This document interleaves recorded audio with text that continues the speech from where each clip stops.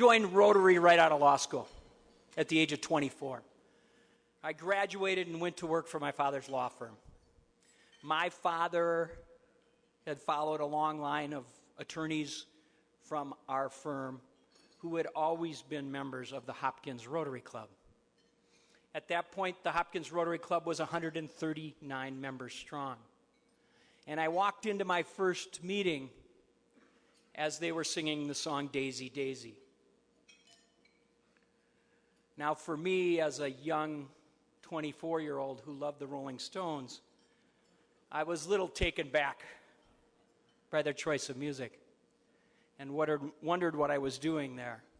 I walked into a club that was all white, all male,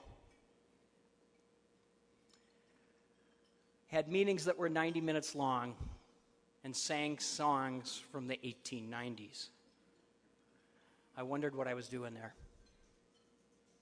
I joined that club because my father made me join Rotary. He said it would be good for business, and it certainly was and has been. But I didn't join the club because it was attractive to me. In fact, for the first 10 years, for most of that time, not only was I the youngest member of the Hopkins Rotary Club, but I largely didn't feel like I belonged. By 1990, 10 years into it, I was asked to serve as president of the Hopkins Rotary Club. And so by 2 years later, 1992, I became president. Now, I didn't ask for the position. I didn't take it on because I was passionate about Rotary.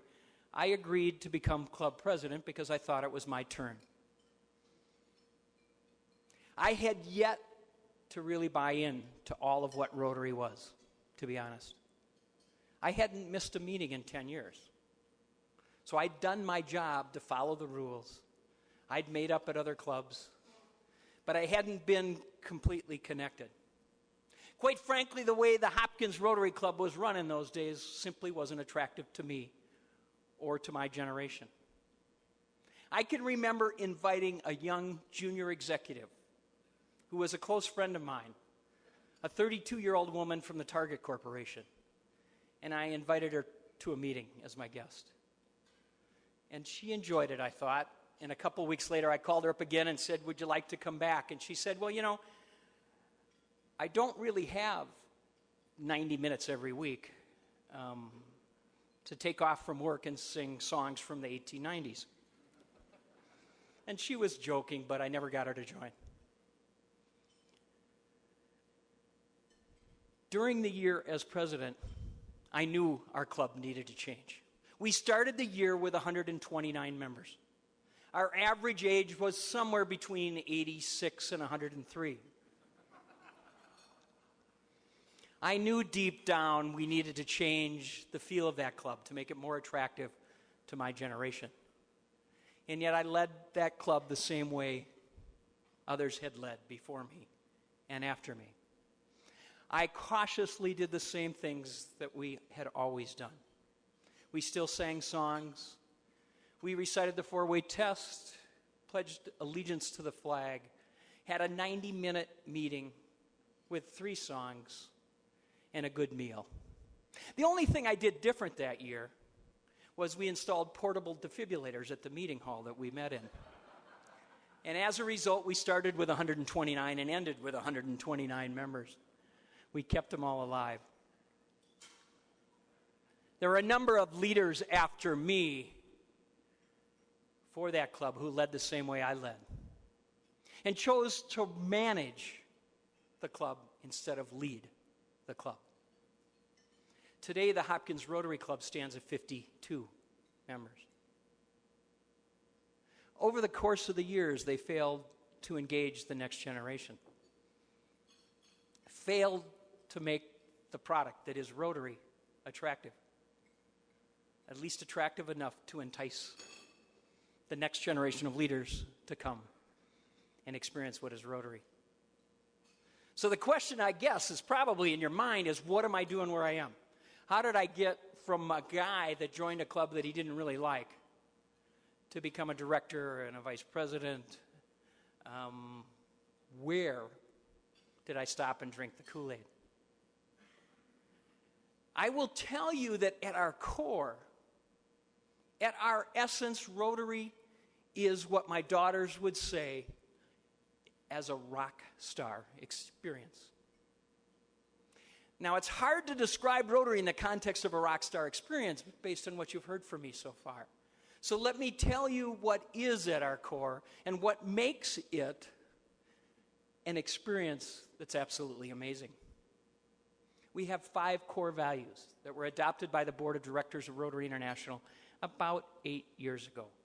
They really just confirmed what we have been doing for a very long time in terms of the big picture priorities. Those 5 core values are fellowship, leadership, diversity, integrity, and service. Now, I will tell you that on some of those, we're not superb at. And diversity, of course, is one of them. But at least today we're talking the talk, even though we aren't always walking the walk. Let me talk about fellowship, because that's probably the start of where I transformed from being a person that was in that Rotary Club to somebody that was passionate about Rotary. And oftentimes at district meetings, at zone meetings, at the higher levels of Rotary, we'll ask the people sitting at the table, when was it you suddenly became a true Rotarian? And I will tell you, for most of us, it doesn't happen with one single event. And it certainly didn't with me. But there were a couple of things that happened the year I was governor that were significant, or the year I was president of my club, that were significant. And the first one happened in the spring of 1993. It had been a long winter. My wife and I, Jamie, we had at that time 2 girls who were about 8 and 10 years of age. My folks had a place down in the Keys. And we decided to get up early and drive down there for spring break.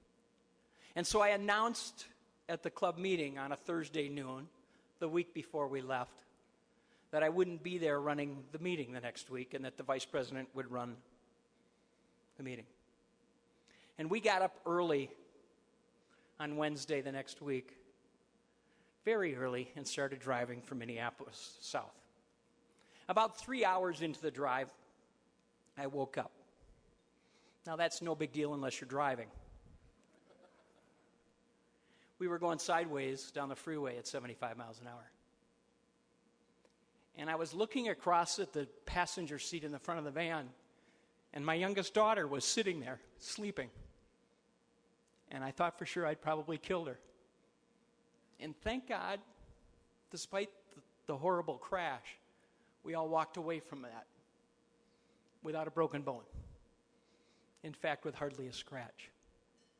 We didn't have the courage to get back in another vehicle and drive south. And so I found myself the next day running the club meeting.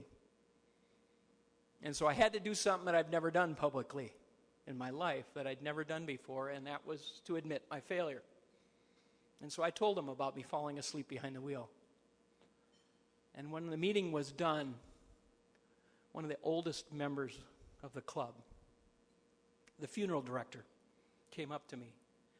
Now, you think he would have been sad that he'd lost some business.